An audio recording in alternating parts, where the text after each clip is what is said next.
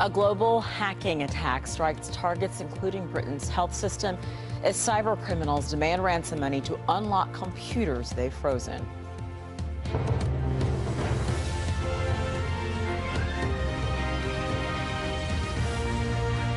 I'm Rochelle Carey. This is Al Jazeera, live from Doha. Also coming up, the White House says it is not aware of any recordings of President Trump's January dinner with James Comey after warning the FBI director whom he fired about leaking any tapes. The One Belt, One Road project, China's attempts to revive an ancient trade route. And we find out why a spectacular new exhibition by British artist Damien Hirst is bringing controversy as well as crowds in Venice.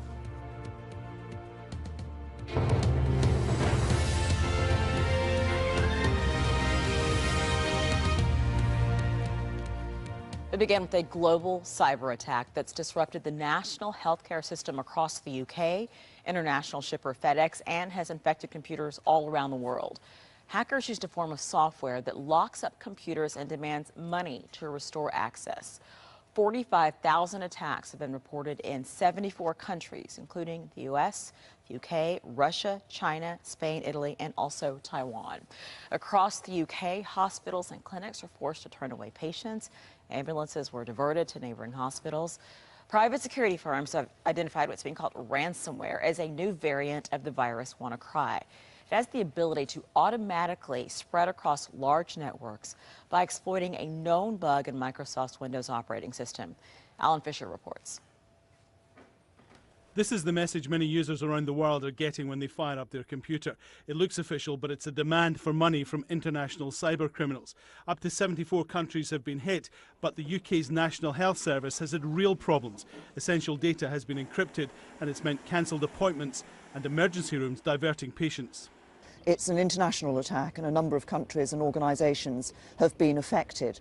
The National Cyber Security Centre is working closely with NHS Digital to ensure that they support the organisations concerned and that they protect patient safety. If it is a cyber criminal gang, the value is not in the $300 ransom. It's in the millions of dollars they'll make on the dark web for the actual data. And then after that, what they'll do is sell access as a service to that network. And so other hackers can go in and do the same type of thing. At Spain's biggest telecoms company, Telefónica, which was hit in the attack, workers were sent home. This happened about 10:30 or something like that. The computers turned blue and they said that we should go. In the UK, they're still trying to assess the damage across a large number of agencies. It's different in different organisations, so some their telephone systems have been affected, and some it's a bit more extensive, and it's affected systems that do diagnostics and record imaging, for example. Initial reports suggest the hacking tool was leaked by a group called Shadow Brokers, which dumped stolen hacking tools from America's National Security Agency online in the last few months. Although patches and fixes have been developed, a number of organisations, including many UK hospitals, have not yet updated their system. And you can absolutely rely on the fact that the Trust will be doing everything it can to A, make sure that patients are safe, B, make sure that they're up and running as quickly as possible, and C, that clearly, as I said, that the impact is as small as possible. Russia, Japan, Turkey and Vietnam are among the countries that have been impacted. Users face a $300 demand to unlock their data. Many organisations are trying to work out ways to get back to normal without paying the ransom. Alan Fisher, Al Jazeera. Alexander Yampolsky is the co-founder and CEO of Security Scoreboard. That's an international technology security firm. He's launching a cyber attack has made it easier when organizations use outdated software. Back in March, Microsoft released a patch that you could download and apply, and in that case, your computer would be protected. But the big problem today is that a lot of organizations are very slow to fix end-of-life software. So Security Scorecard has been looking at the global footprint of how many computers could be affected.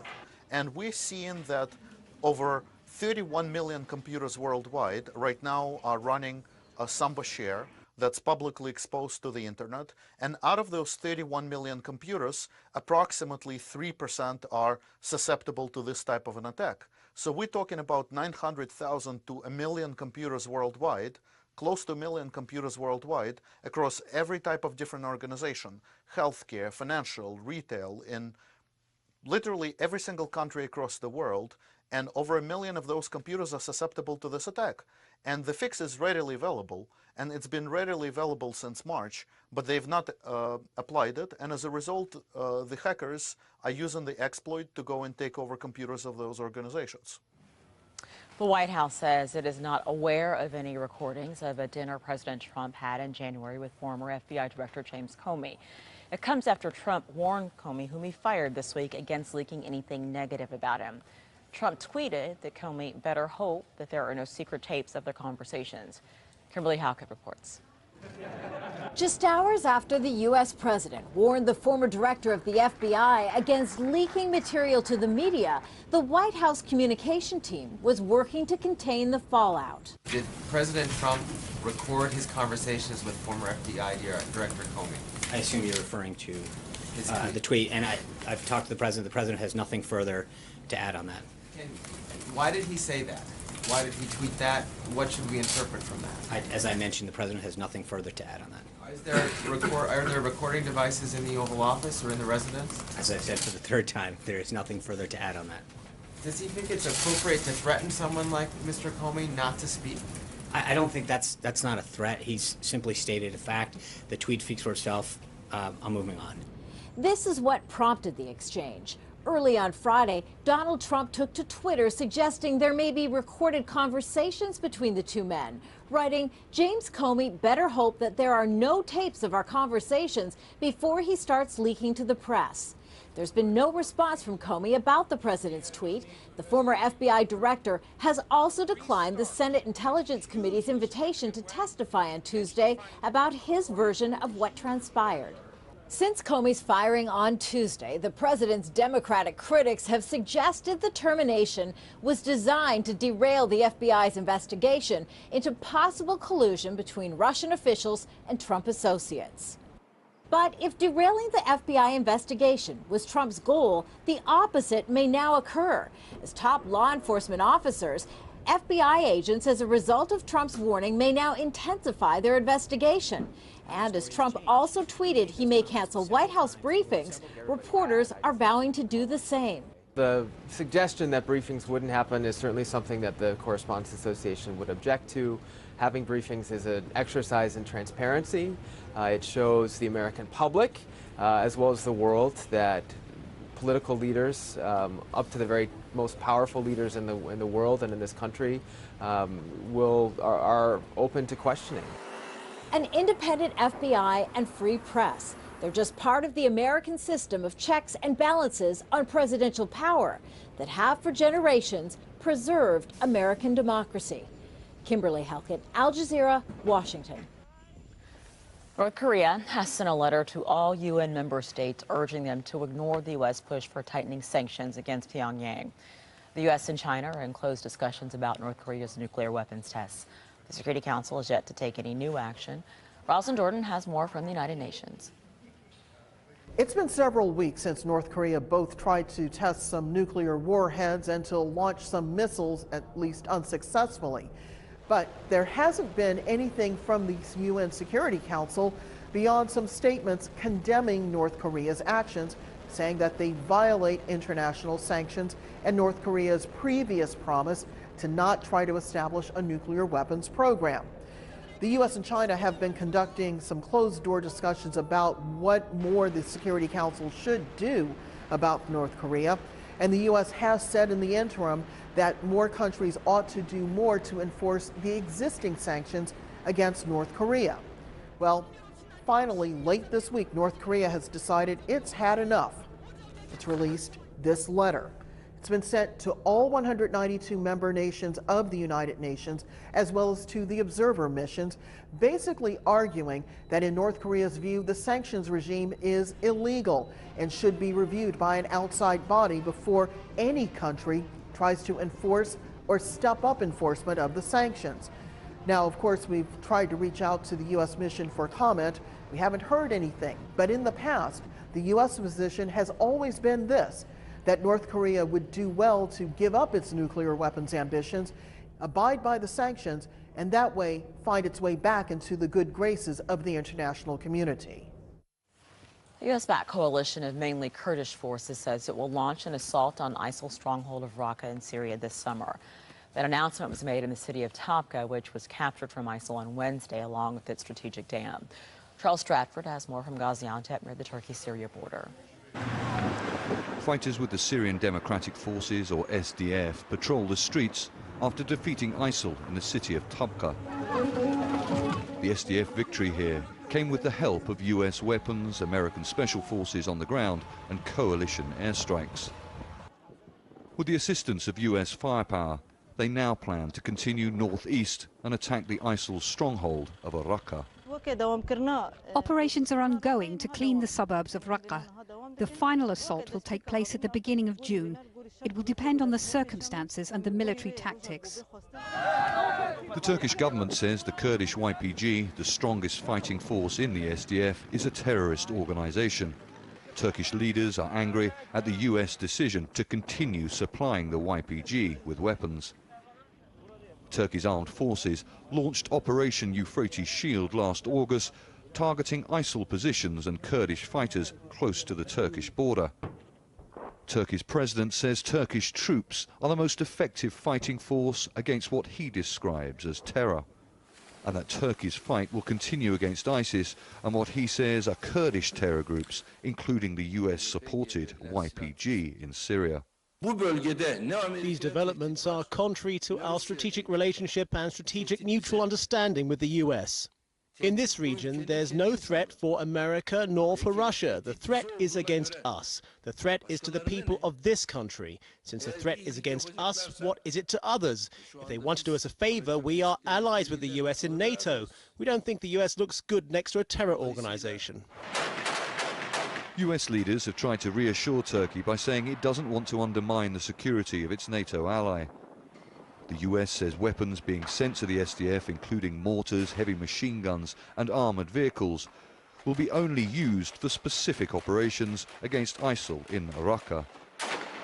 The Pentagon says the SDF will not occupy Raqqa after the battle with ISIL is over. The US arming Kurdish fighters close to Turkey's border goes to the heart of Turkish security concerns, both in Syria and at home. Now, President Recep Tayyip Erdogan says he believes this issue will be sorted out during meetings with his counterpart, President Trump, in Washington next week. But with the SDF and its Kurdish fighters proving to be such a formidable force against ISIL in Syria, it seems unlikely at this stage that the US will stop arming them.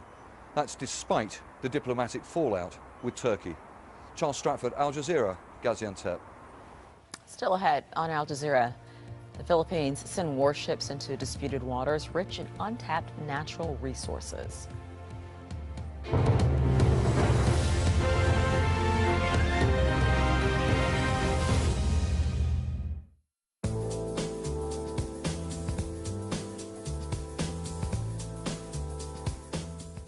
Hello, we've still got a scattering of showers into parts of the Middle East over the next couple of days. Little area of cloud here just extending across the Caspian Sea. That pushes right down into Iran, and that's going to be the main focus for any wet weather as we go on through the next day or two. You can see still a little cloudy there into central and eastern parts of the country. Further west, Iraq looks fine and dry. That dry weather, that settled weather extending right across the Levant. So Syria, Lebanon, Jordan, seeing some very, very fine weather as we go on through Saturday and indeed on into Sunday. A little further north, you might see a few showers across that eastern side of Turkey once again. There's still a few showers there in place into central and eastern areas of Iran. Might see the odd shower too into the Arabian Peninsula, maybe up towards central areas of Saudi Arabia. I think here in Doha might catch the odd spot of rain, but I think it's unlikely that you will. Southern end of the Red Sea, on the other hand, in with a chance of seeing some rather wet weather as we go through the next day or two. Doha on Sunday with a top temperature of 39 degrees Celsius with plenty of pleasant sunshine. Some sunshine into southern Africa, but also some rather lively downpours as well. Looking rather cool in the rain there for Joburg with a top temperature of 10 degrees Celsius. I'm pleased to say it does look somewhat drier for Tanzania.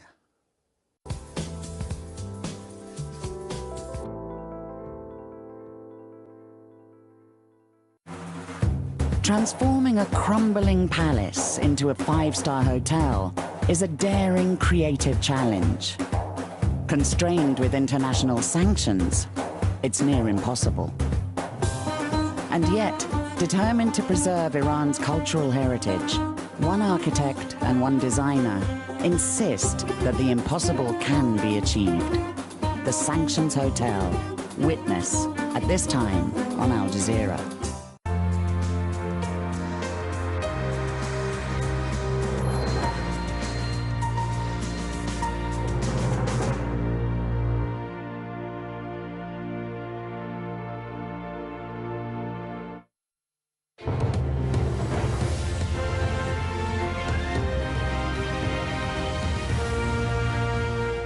Watching Al Jazeera, let's take a look at the top stories this hour. Police in Russia and the U.S. firm FedEx are the latest victims in a global wave of cyber attacks holding major institutions to ransom. 45,000 attacks have been reported in 74 countries, with the UK's National Health Service being affected. Hackers used a form of software that freezes computers and demands money to restore access.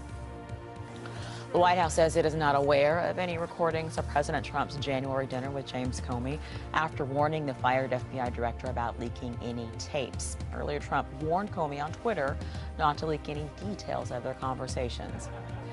And U.S.-backed coalition of mainly Kurdish forces says it will launch their assault on ISIL's stronghold of Raqqa in Syria this summer. They made that announcement from the city of Tabqa, which they captured from ISIL on Wednesday. China is looking to revive the ancient Silk Road trading route that would connect Asia to Europe, the Middle East, and Africa. The One Belt, One Road initiative is the pet project of President Xi Jinping. The plan will be discussed at a major international summit in Beijing this weekend, and our China correspondent Adrian Brown reports from the Chinese capital. The road to this conference is lined with good intentions. And while the slogans are hardly succinct, the state media machine has been in overdrive in other ways. Night after night, viewers are shown different world leaders and other foreign dignitaries praising China's ambitious plan to expand its economic and political power across Asia, the Middle East and Europe. In many ways, it is the media's only story right now. And the message, everyone who signs up to this will be a winner. I'm going to attend a forum in Beijing on the Belt and Road Initiative. What's that? The campaign includes a bedtime story, where a father tells his daughter about how China is reviving the fabled Silk Road trading route. It's called Silk Road. It's China's idea. The author of this story? Belongs to the world. China's President Xi Jinping. He wants to cement his country's ties to the outside world by investing in a range of large infrastructure projects that he says will promote faster growth. For President Xi Jinping, this is not just an investment plan, it is also his solution to China's domestic problems, because we know that China is facing this overcapacity problem, and also the construction companies are out of business, a lot of them. So by exploring the overseas market, this is a rational choice for Xi Jinping, and it can also be his political legacy. Some projects are already on track. Last month, the freight train completed the first journey between Britain and China.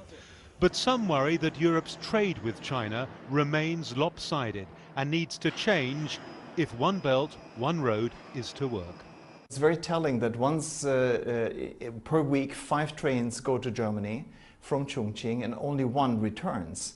That indicates that the trade volume is pretty much geared towards Europe, but not really getting components and products from Germany into China. This will be China's most important diplomatic event of the year.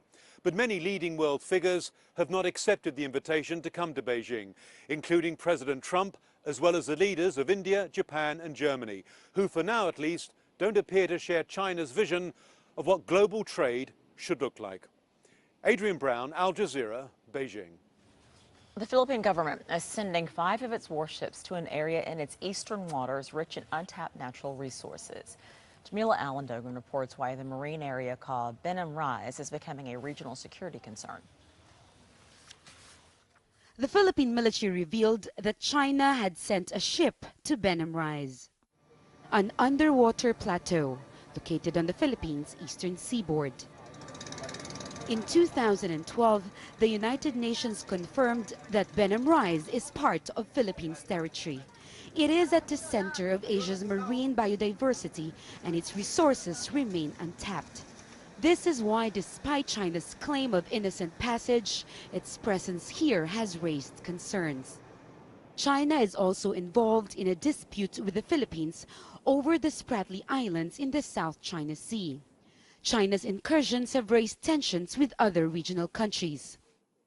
The Northern Luzon Command of the Philippine military says there are lessons to be learned. This is a case of David and Goliath. Despite our having inferior resources, we're coming up with a very superior strategy in order to defend our nation. The military says it has crafted a long-term plan that includes upgrading its capabilities and increasing its presence in disputed waters. But many here know that is easier said than done. With more than 13 million hectares, the government admits it is not easy to patrol Benham Rise. Foreign countries have shown interests. Vessels have started to enter the territory, doing explorations without the Philippine government's consent. And military officials are concerned. The Benham Rise, they say, may be the next security flashpoint. A few weeks ago, Chinese warships docked in President Rodrigo Duterte's hometown for a goodwill visit. It was the first time in 8 years that the Chinese military was given permission. Since taking office last year, President Duterte has talked about pursuing an independent foreign policy, moving away from its long-standing ally, the United States, while building closer relations with China and Russia. But some see Duterte's approach as dangerous.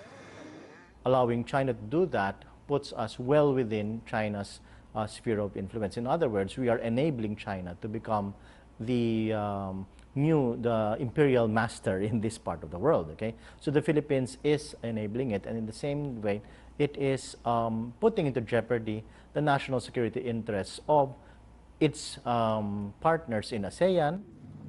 Many here say Duterte may be sending a risky message that China can get away with its incursions and that smaller countries, including the Philippines, will have to bend to China's will. Jamela Alindogan, Al Jazeera, Benham Rise, Eastern Philippines. At least 25 people have been killed in an explosion in the town of Mastang in northeastern Pakistan.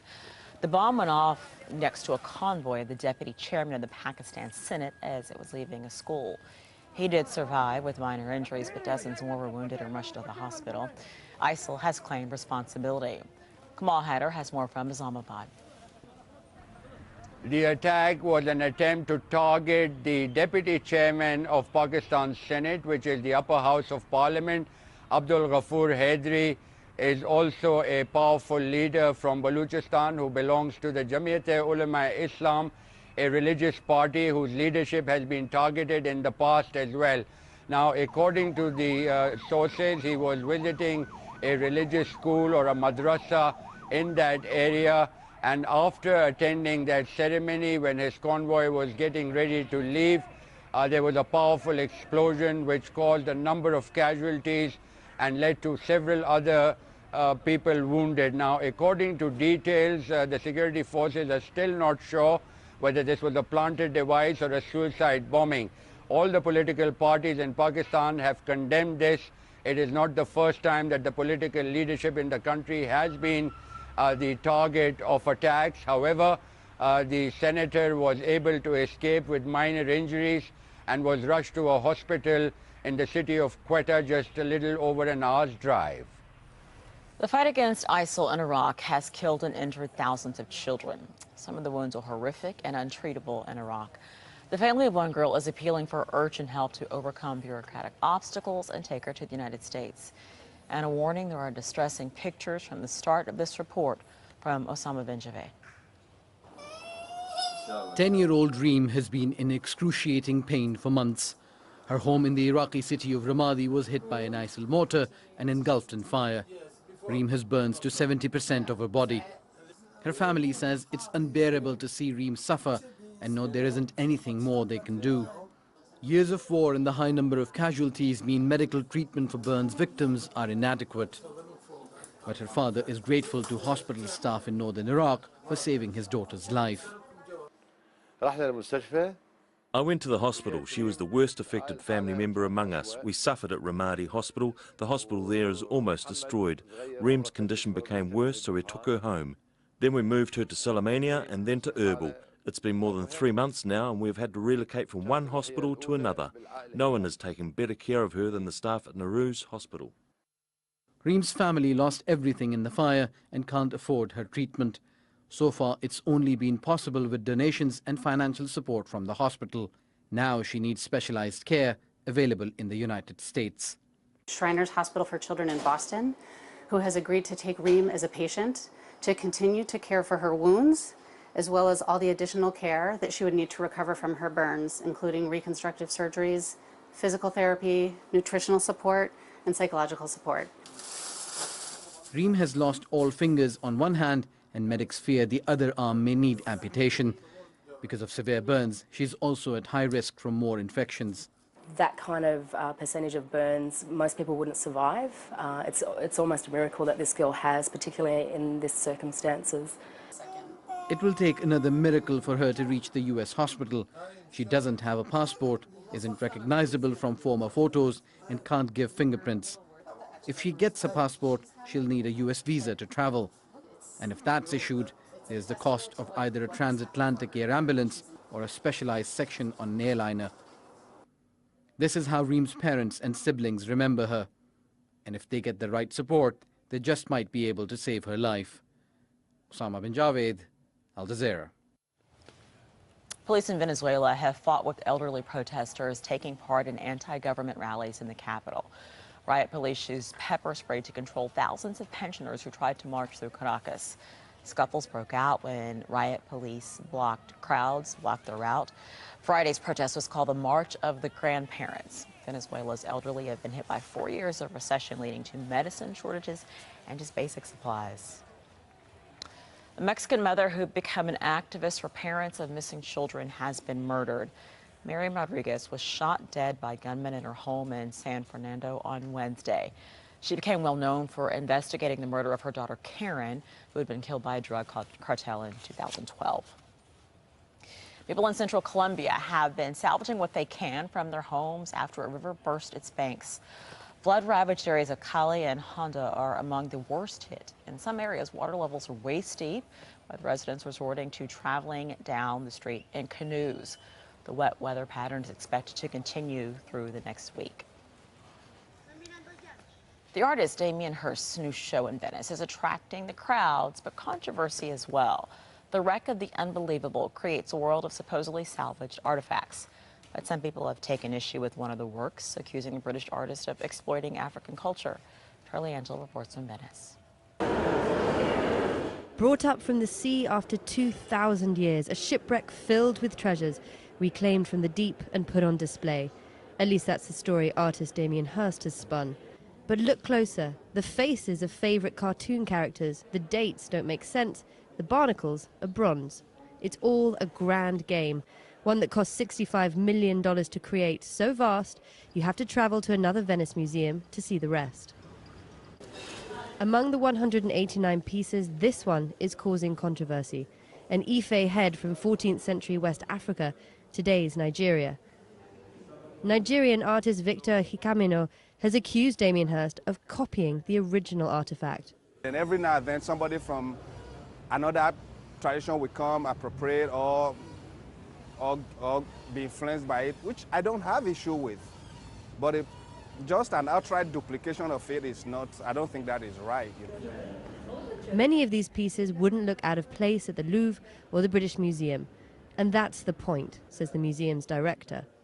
You have to imagine this exhibition as a kind of Noah's Ark of sculpture, in which the artist would have gathered references to all the masterpieces of the history of art. Damien Hirst has been accused of many things, being self-indulgent and money-obsessed. But love him or hate him, the scale of this show is phenomenal, even if many of the pieces were made by his assistants. It does inspire awe in our ancient civilizations, and it also plays with our idea of what we think is real and true. Some visitors are duped by the fake artifacts, but each work becomes more and more unbelievable until you're confronted with a huge bronze sculpture of Jaws and you get the joke. Charlie Angela, Al Jazeera, Venice.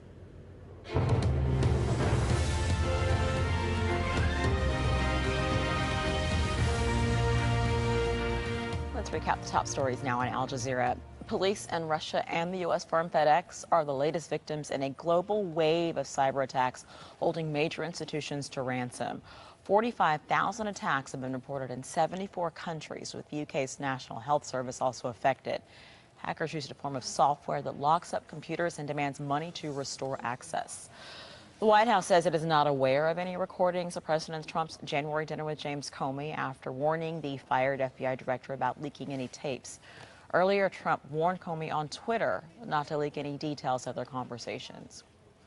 U.S.-backed coalition of mainly Kurdish forces says it will launch their assault on ISIL's stronghold of Raqqa in Syria this summer. They made the announcement from the city of Tabqa, which they captured from ISIL on Wednesday. At least 25 people have been killed in an explosion in the town of Mastang in northeastern Pakistan. The bomb went off next to a convoy of the deputy chairman of the Pakistan Senate as it was leaving a school. He survived with minor injuries, but dozens more were wounded and rushed to the hospital. ISIL has claimed responsibility. A 20-year-old man has been killed by an Israeli soldier during a protest held in support of Palestinian prisoners on hunger strike. Friends and family gathered for the funeral of Saba Abu Abaid in the occupied West Bank village of Nava Saleh. Hundreds of Palestinian prisoners in Israeli jails have been on hunger strike for 26 days, protesting over prison conditions and detention without trial. Turkey has detained dozens of former employees of the Istanbul Stock Exchange. They're accused of having links to the exiled businessman Fethullah Gulen, who the government says planned last July's attempted coup. And Pope Francis is in Portugal to canonize two shepherd children on the 100-year anniversary of their visions of the Virgin Mary. He arrived in the city of Fatima on Friday. He was greeted by tens of thousands of worshipers and pilgrims. The Vatican believes the children received messages from the Virgin Mary that became known as the Three Secrets of Fatima back in 1917. Up to 1 million people are expected to attend the canonization Mass on Saturday. Those are your headlines. Keep it here on Al Jazeera. Much more to come after Wildlife War Zone.